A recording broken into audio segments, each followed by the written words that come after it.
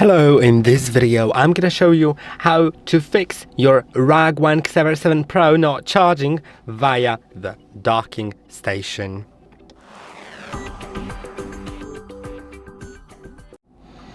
Okay, so as you can see right here, I have the docking station, and now first make sure that the pogo pins are clean.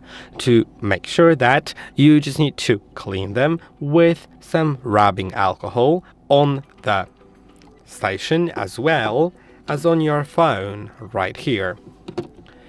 Then also make sure that the cable that you have plugged into your charging station works. Now, to check that, simply see if there's blue light displayed on the right diode. If there's none, then your cable doesn't work.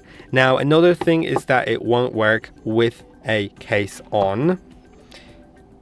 Okay, you can see it stopped working because of my cable. My cable's not the best. Now it works, now it charges my phone. Make sure that you don't have a case on, because with a case on it won't work because it's tightly fitted. Okay, now that is basically it. That should help it work.